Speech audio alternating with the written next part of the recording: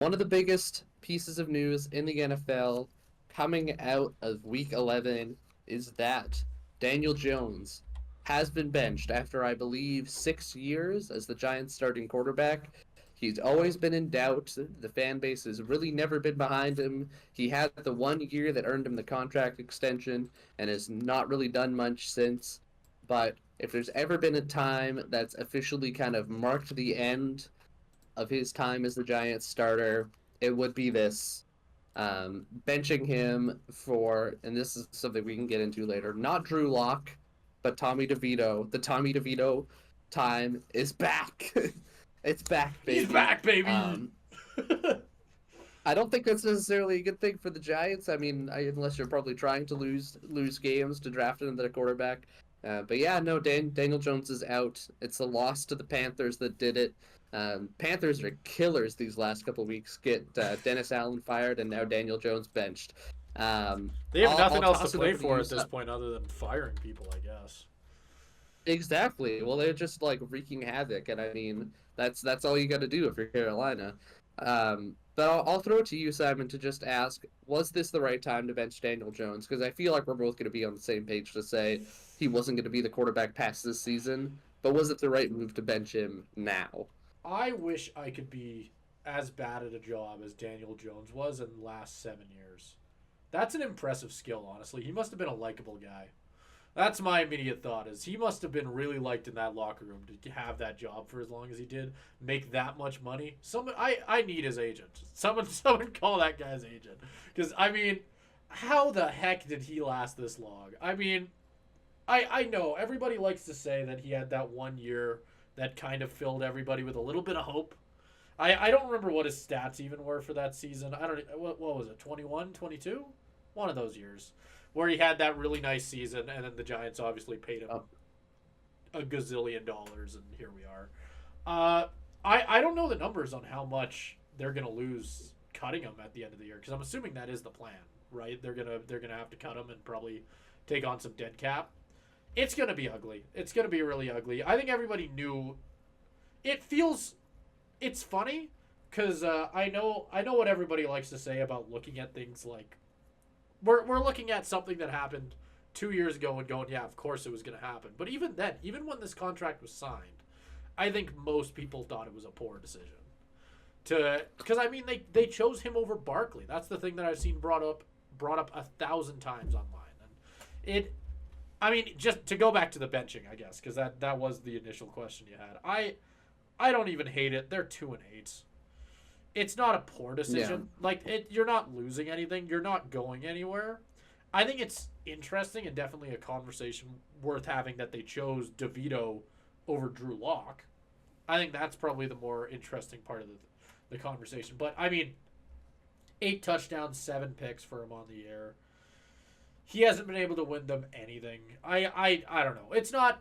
I don't know what to tell you. It's not surprising. I don't think anybody should be that No. surprised by a decision like this. The fact it didn't happen 7 years ago was impressive. Yeah, and it's because it was never a great draft pick to begin with, and his best season of his career, his essentially career peak, just came at a very bad time for the Giants. And I mean, like you said, I think it was a bad move in hindsight, and also at the time, but it was a little bit more of a conundrum because again, that was because Brian Daboll was brought in as the coach initially with the intention to fix Daniel Jones, Right. where it's like you saw what he did with Josh Allen, what could he do with a guy like Daniel Jones? Um, and that was essentially so Dable comes in his first year, and it looks like he has fixed Daniel Jones. Jones is able to use his legs a lot more because again that skill set is relatively similar, obviously nowhere near to the same level, but a quarterback Don't who's tell that to who's Bills fans. relatively mobile, has kind of got wild instincts and will make some mistakes, but maybe if you can tamp those down, and for a season they did. But like you said, I think they made the wrong choice in terms of who they kept because we've seen how much this team has cratered without Barkley, and I think that's a real big indication of where the success should be attributed. Because not only was it Dable's first year, but it was really the first year Saquon was healthy for a majority of the season. Um, but yeah, no, it's an interesting benching at 2-8 just because I mean at this point your season is over. Like there's nothing you can do to really salvage it. Um, so yeah, like I guess you just have to Is tank this season and try again in the next one. There's some decent quarterbacks, decent not as great as last year's class, but decent quarterbacks available in the draft. Um, that's where you have to be looking right now because neither of the other quarterbacks on their roster are the answer. That's not why. It's not like a Joe Flacco situation where he's being benched for somebody who's better behind him. It's just he's playing so bad where you can't put him on the field anymore. Yeah, and my question, you answered it right there, was going to be, do you think that in that room they chose DeVito over Locke because of the chance that maybe there's something there? Maybe he's the guy? I mean, you answered it right there saying that you don't think either of them are, and I think that would be the consensus. I think if you asked pretty much anybody, they would tell you that DeVito is not the answer, but maybe he'll make for something. He didn't look too bad last year. I quickly looked up his stats because I was curious. 8 touchdowns, 3 picks, 64% completion, playing in 9 games. I mean, that's not bad. That's pretty average, just game manager stats right there for you. But I mean, I think he'll probably do that. I wouldn't be surprised if they won a game at some point in the next little bit here. And he looked good. I mean, we talked about it in our predictions. I predicted it for this week.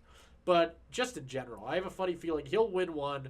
Everybody in New York is going to get super hyped about it, right? Like all the fans are going to get excited. He's going to look good in it. And then he's just going to kind of middle for the rest of the season and probably end up with a similar stat line to what we saw when he last played. I mean, I think we all know what type of quarterback DeVito is, and he's not your guy.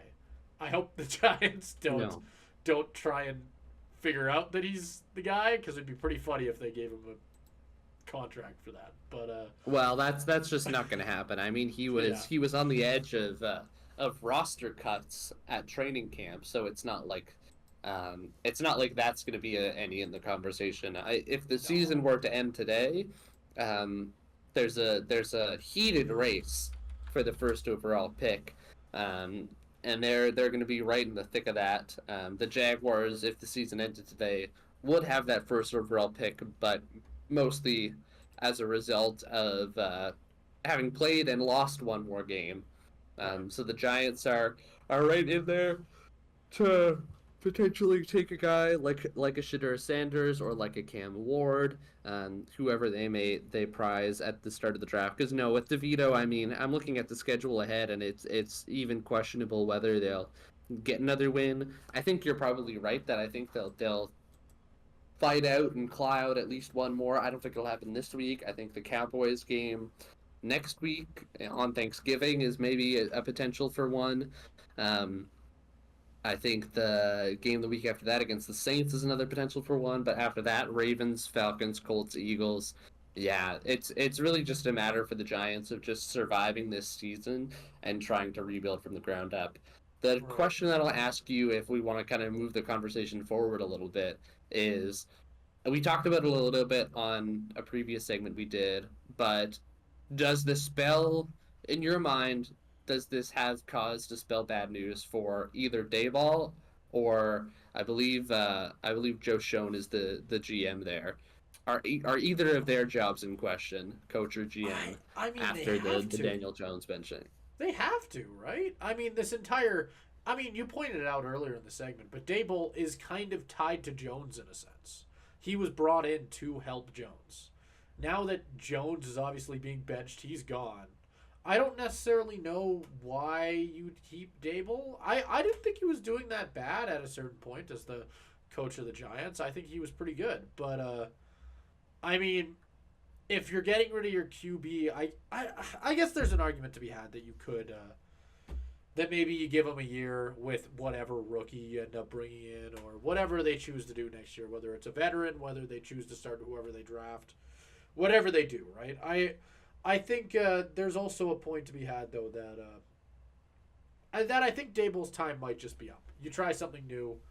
I think it's time for a bit of a new era with the Giants. I think I don't know, whatever they've been doing for the last few years hasn't been working with Jones, without Jones, even when he was hurt. I mean, I don't know.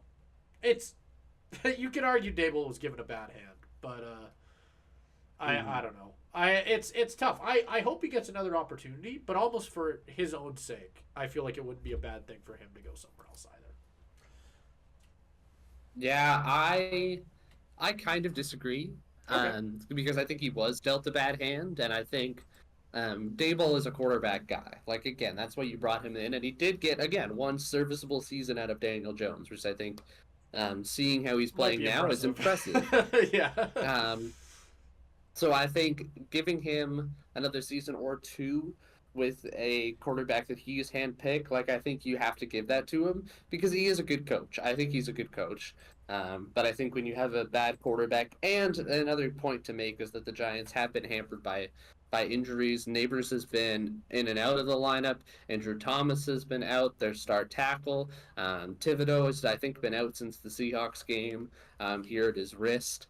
So that's three of your, if not your three best players, that have been on the injured list. I think you got to give Dable another chance because he took a roster that was very similar to this to the playoffs, and I think that's a recent enough example of success to be able to retain him and at least see what he can do with a rookie quarterback. Because I think that the worry you'd have, I think you have to give him at least a couple seasons.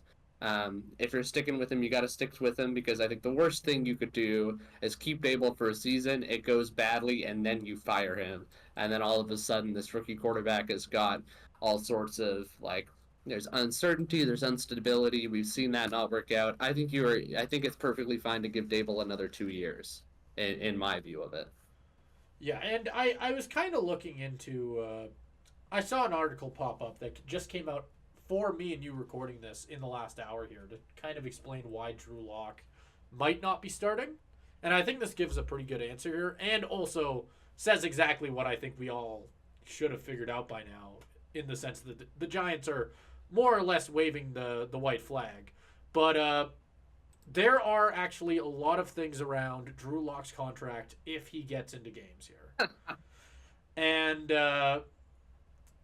I won't go through all of this. I won't read all of it, but it's basically the idea here is if he goes in and plays well, it'll just lose the Giants a lot of money. I mean, I guess it would be what's probably like which one of these do you think he would actually have a chance of getting? Like the Well, the 92 playing time. the playing time the playing time one, yeah. 40 could he would he be able to get to 40% of the snaps at this point in the I don't know. season But I was potentially? gonna say 92.5 passer rating. Maybe 65% completion rate would probably be tough. Uh, third one, no. I don't think he could get 15 touchdowns this late in the year unless he goes off like on an insane run. 2,000 passing yards, also probably no. Playoff berth, now that would be a fucking miracle. Um, Oh yeah, oh, well and they'd that's have to and that's not lose plus again and that's plus 55% snaps, and they're in a of the really snaps, which I think is yeah. impossible at this point, Oh yeah, given that they've already played 10 of their yeah. 17 games. But you get the idea reading this. I think it is there might be something there. I'm sure there's something there of maybe the Giants just want to hold on to a little bit of money. I don't know. Maybe they do actually think DeVito's better than Drew Lock. It didn't really look like that was the case. I mean, we're both Seahawks fans. We got to see him. What was it? It was last year, right? Where he had to Yeah. jump in a few games and obviously looked fairly all right. I don't know. I think in this case it's certainly a bit of an odd situation, but I mean they also probably don't want to win. To be honest with you, we like No, I mean that's the tricky part is you wonder how that goes in the locker room would be yeah the concern. Obviously, probably pretty demoralized already, but in my opinion, I think if you know, unless DeVito is outplaying Drew Lock in practice or whatever, I think you do get kind of concerned. It's worth saying also. that Daniel Jones isn't even the backup anymore. He's been Yeah, demoted to the third string. Drew Lock will be the they don't backup, even and I want don't him think out Daniel there. Jones will even be active for game days. So it's a big fall from grace there. The Sit on your last damn question, if couch, we want to kind Jones. of, yeah, the last question, if we want to kind of wrap up, I think is, does Daniel Jones have a future in the NFL? Is it a backup role? Is it a like last chance starter? Is there potential for a Geno Smith, Sam Darnold esque, Baker Mayfield esque career revival down the line? Like, where do we see Daniel Jones in 5 years? Is he still in the NFL? I think it's very concerning that he's not even the backup. They don't even want him dressed, and there's something about that to me that's just kind of it gives me a like feeling in my stomach that's telling me that there's something about Daniel Jones that they don't even want him there. I don't know what that like. Maybe I'm reading into something that you don't really. There's not actually a lot behind. Maybe there's a different story behind that entirely. But clearly, they chose to have Drew Lock sitting on the bench with the team, and have Jones probably sitting in a press box. That was a decision made by the team, and I don't know. I feel like if there's something going on behind the scenes, I don't know if you want a guy who'd be causing that drama as your backup, which is the really funny thing. I imagine he'll get a spot. I have a hard time seeing why a team wouldn't give him one. He did have a good year, and usually one good season in the NFL as a starter should be enough to get a backup spot somewhere. You'd think, but I don't know if there is something behind that, because I, at least to me, I don't know about you, Caleb. There's something odd about that, about him being quite literally chucked off to the very bottom of the list. They don't even want him starting if there's an injury. There's something there, I feel like. And Yeah, I don't know. I don't know if I necessarily read into that as much. I think I view it as more of a contingency plan if, God forbid, Tommy DeVito gets injured in like his first couple games, or like first game or whatever. The optics look really bad if you immediately have to turn to Daniel Jones since he's the I only other guess. QB active. I think that's kind of where that comes from. I don't think it's anything other than that. I think if this were a genuine, like best quarterback available type thing, then I think Daniel Jones would be on the bench.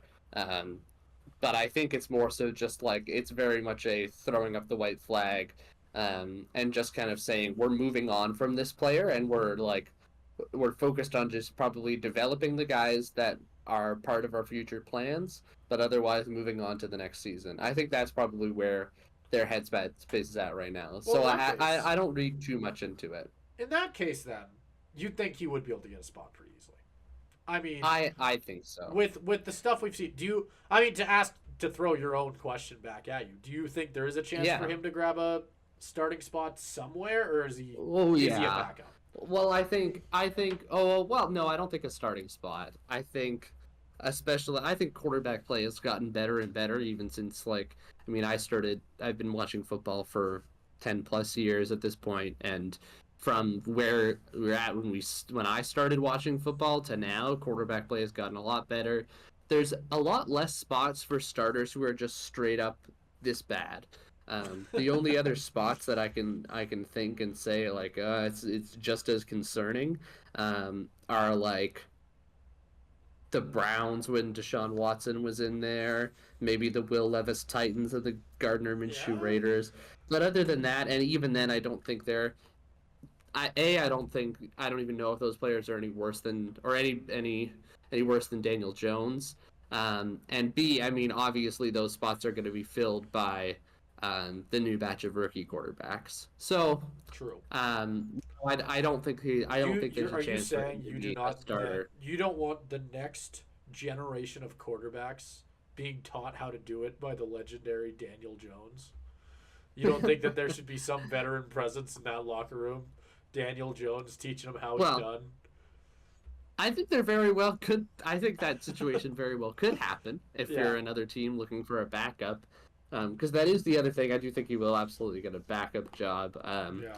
backup play has not necessarily been the greatest. Like, you look at a team like the Dolphins. I think the Dolphins would have preferred to have Daniel Jones versus the backup quarterbacks that they've had. I think the True. Jets last year would have preferred to have Daniel Jones over a lot of the uh, quarterbacks they had. Although I think if Well, the one side of the New York media market wasn't killing you, then you might as well get killed by the other side of it. there you go. Um, no, he'll find a job as a backup somewhere. I have a lot more doubt in a career revival as we've seen in some of these other quarterbacks, but he'll get to be a backup for a while. It's like the Carson Wentz side of it all, where he just kind of disappears from NFL life, but he's still a backup and he'll pop up and you'll be like, "Oh right, he is on the Chiefs."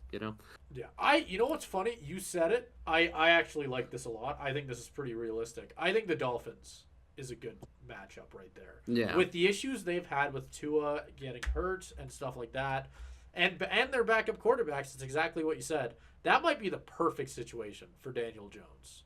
I mean, you're sliding in. It kind of works out for everyone involved. He signs a minimum or whatever he would make as a backup, and just comes in and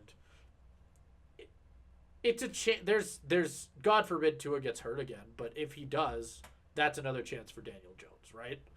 And I think that's potentially a business decision right there for him. Where I wouldn't be surprised if he, that's a good spot for him, honestly. Yep. Another spot I would look for would be, in terms of teams with troubled backup quarterbacks, would be the Chargers. Would be another one that I would look at. Easton Stick did not look very good in the preseason. The Ravens, I don't necessarily know. I think they have their only backup is Josh Johnson currently. There who would be is something on the older side. There would be something so funny about a Lamar Jackson, Daniel Jones quarterback room. With Daniel Jones, he's got some legs to him. Get him in some read options. Let's see it. They wouldn't even have to change their offense. There you go. No, that'd be great. there's some, you know what? I changed my vote. I want to see places that. where it would be funny. Lamar Jackson better be ready to give up that 8.